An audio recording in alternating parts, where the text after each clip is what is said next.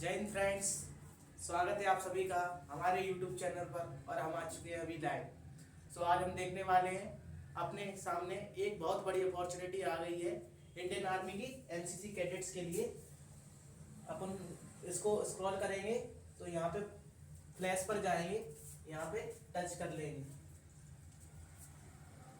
ये देखिए अपने सामने एंट्री आ चुकी है, एनसीसी स्पेशल एंट्री 56 का नोटिफिकेशन आपके सामने आ चुका है।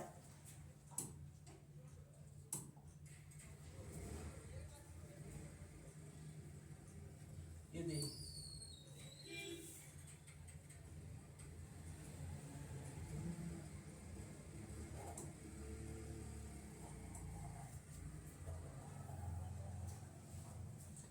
NCC special entry 56 man and women online application for NCC special entry 56 core October batch के लिए आपका कोर्स आउट हो चुका है। तो आप देख सकते हैं,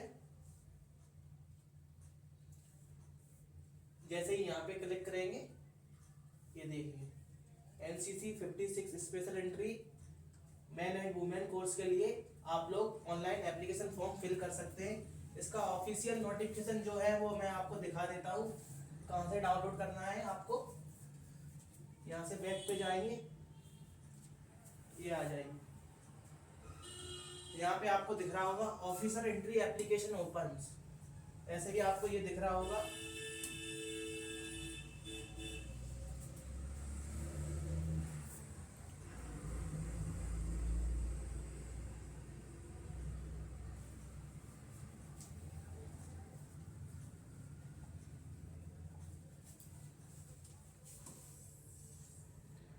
ऑफिसर एंट्री एप्लीकेशन ओपन, यहाँ से पीडीएफ डाउनलोड कर लेंगे अपन। इस पे क्लिक करेंगे, जैसे ही पीडीएफ डाउनलोड हो जाएगी।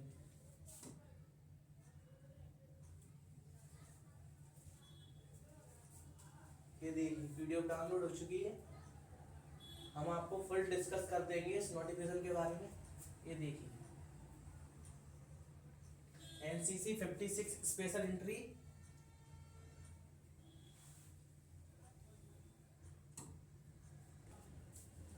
देखिए अपने सामने नोटिफिकेशन आ चुका है। Unmarried male and female candidate के लिए ये होने वाला है। इसकी जो एलिजिबिलिटी रहने वाली है उसको अपन रीड कर लेंगे। ए candidate must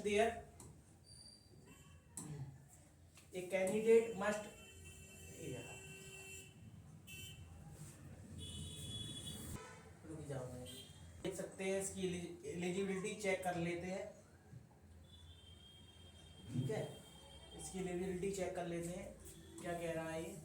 nationality, a candidate must either be a citizen of India, India का सिटीजन होना चाहिए। A subject of Nepal, Nepal का सिटीजन भी चलेगा। A person of Indian origin who has migrated from Pakistan, Pakistan का नहीं होना चाहिए, मतलब पाकिस्तान का प्रवासी नहीं होना चाहिए।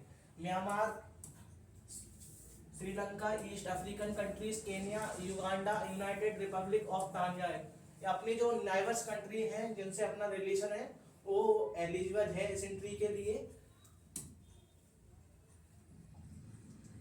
अब इसकी एज लिमिट की बात कर ले तो इसकी एज लिमिट जो रहने वाली है वो अपनी 90 टू 25 रहने वाली है। ये देखो 90 टू 25 ऑन 1 जुलाई से आपकी एज लिमिट काउंट की जाएगी। देख सकते हैं 2 जुलाई 1999 से लेके 1 जुलाई 2005, जिनकी भी डेट ऑफ बर्थ 2 जुलाई 1999 से 1 जुलाई 2005 के बीच में आने वाली है, तो वो सभी कैंडिडेट इस फॉर्म को फिल कर सकते हैं। अब इसकी एजुकेशन क्वालिफिकेशन के बारे में हम बात करेंगे तो सबसे पहले आप एनसीसी कैडेट होना चाहिए। आपने कॉलेज में एनसीसी की हो और आपने एनसीसी का बी या सी सर्टिफिकेट प्राप्त किया हो, मतलब बी और सी दोनों ही होने चाहिए। ऐसा नहीं आपके पास बी हो और आप इस एंट्री के लिए एलिजिबल हो तो आप इस एंट्री के लिए एलिजिबल नहीं हो। आपको बी के साथ साथ एनसीसी सी सर्टिफिकेट भी होना चाहिए।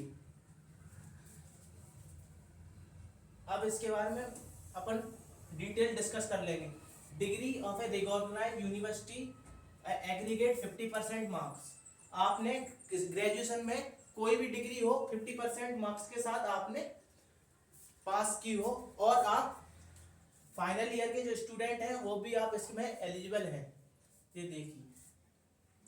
उसके बाद अपन आ जाएंगे सर्व इन एनसीसी। एनसीसी में आपने 2 and 3 ईयर्स की सर्विस प्रोवाइड दी हो, 2 और 3 साल की आपने सर्विस दी हो सीनियर डिवीजन में एनसीसी में, ठीक है। और इसमें जो एनसीसी का बी और सी सर्टिफिकेट रहता है उसमें भी आपको ग्रेडिंग मिलती है। आपने जैसे बी एंड सी सर्टिफिकेट का एग्जाम क्वालिफाई किया है तो उसमें ग्रेडिंग रहती होगी, उसमें मिनिमम ग्रेडिंग बी से पास होना चाहिए, अल्फा चलेगी और ब्रावो। अगर आपकी सी ग्रेडिंग होती है तो आप इस फॉर्म को फिल नहीं कर सकते हो, समझ गए। अब इसके आगे अपन डिस्कस कर लेंगे।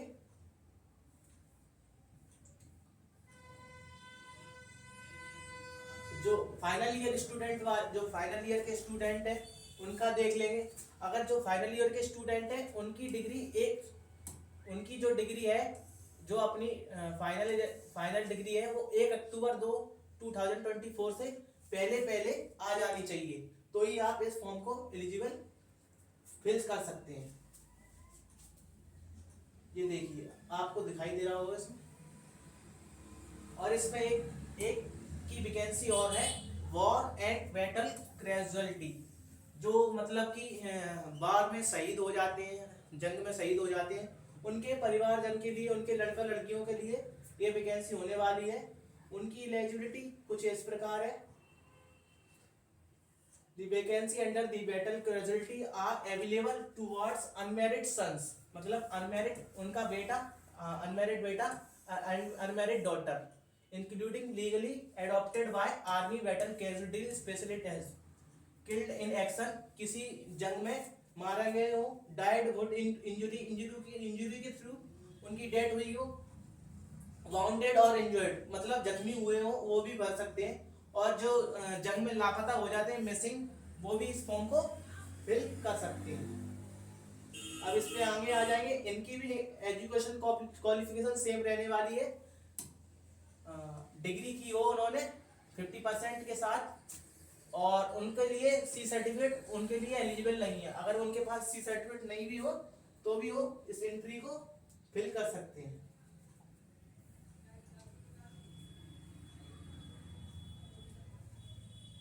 अब आगे आ जाएंगे अपन अब वैकेंसी के बारे में बात कर लेंगे, कितनी वैकेंसी रहने वाली है।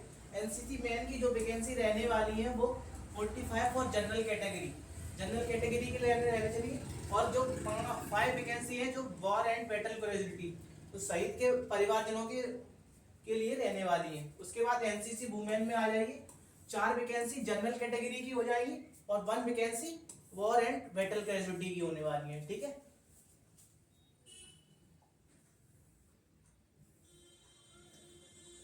आपका जो सर्विस टेन्योर रहता है वो इसका 14 इयर्स का सर्विस टेन्योर रहता है। ये देखिए टेन्योर ऑफ एंगेजमेंट, इसकी जो आपकी सर्विस रहती है शॉर्ट सर्विस कमीशन के थ्रू रहती है, उसमें आप 10 इयर्स की सर्विस प्रोवाइड कराते हैं विद 4 ईयर एक्सटेंशन। इसमें क्या है, आप 4 ईयर का एक्सटेंशन ले सकते हैं, जैसे ये देखिए 4 ईयर का एक्सटेंशन ले रहे हैं, मेल एंड फीमेल दोनों ही 4 ईयर का एक्सटेंशन ले सकते हैं।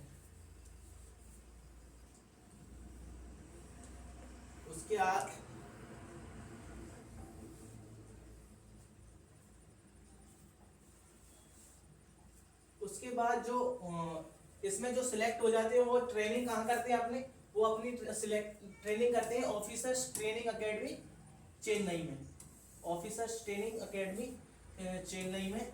इसमें सबसे पहले मेरिट लिस्ट आती है, उसके बाद अपनी फर्दर प्रोसेस एसएसबी, उसके बाद मेडिकल्स, उसके बाद ज्वाइनिंग।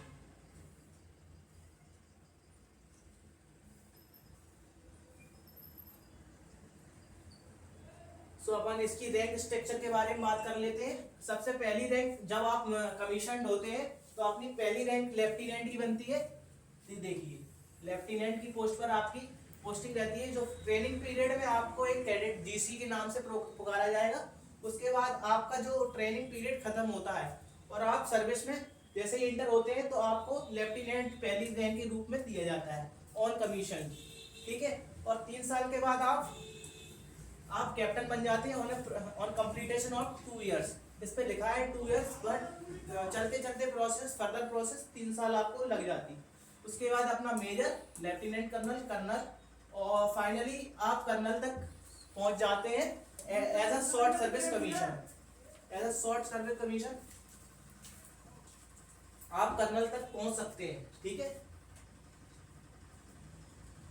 इसमें वैसे rank lieutenant, captain, major, lieutenant colonel, colonel, short service के थ्रू आप लेफ्टिनेंट कर्नल, कर्नल से रिटायर हो सकते हैं। लेकिन उसके आगे जो एनडी और सीडीएस एंट्री रहती है उसमें आप कर्नल और ब्रिगेडियर तक आगे जा सकते हैं। फॉर फर्दर आपने 30 साल 40 साल सर्विस दे दी तो आप मेजर जनरल, लेफ्टिनेंट जनरल भी बन सकते हैं। अब ये तो हो गई अपनी रैंक स्ट्रक्चर के बारे में। अब अपन इसकी पे स्केल के बारे में बात कर लेंगे कि कौन सी रैंक पे कितनी सैलरी अपन को प्रोवाइड की जाती है, ठीक है। सबसे पहले अपनी जो रैंक आती है लेफ्टिनेंट, लेफ्टिनेंट को कितना पेमेंट मिलता है उसको आप डिस्कस कर लेंगे अपन।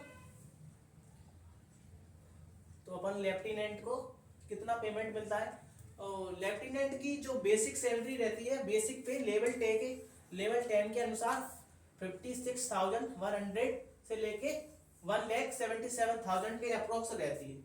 ये तो अपना बेसिक पे हो गया।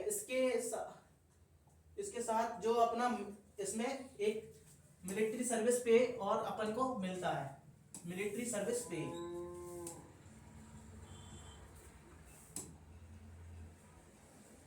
इसमें जो रहता है अपना मिलिट्री सर्विस पे, ये अपना रहता है 15,500। इसके बाद और अपने इसमें अलाउंस वगैरह भी जुड़ जाते हैं। तो अप्रोक्स सैलरी आपकी इसमें ये देख सकते हैं आप, पैरा अलाउंस इतना में जुड़ जाता है 2,625,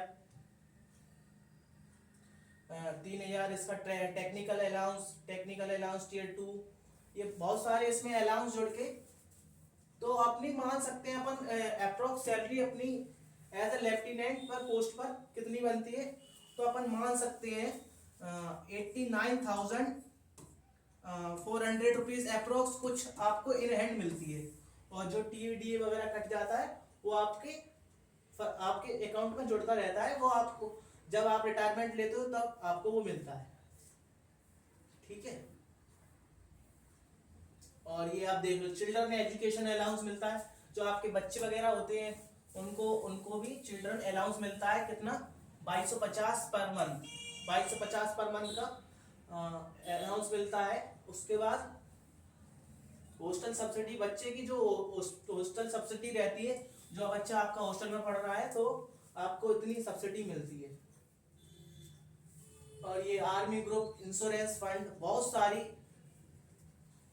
अपॉर्चुनिटी मिलती है। सो गाइस आप देख सकते हैं इसके फॉर्म ऑन हो चुके हैं, आप जल्द से जल्द इसका फॉर्म फिल कर दीजिए। ये आज अपन ने इस नोटिफिकेशन को डिस्कस किया, और आज की वीडियो में फिलहाल इतना ही।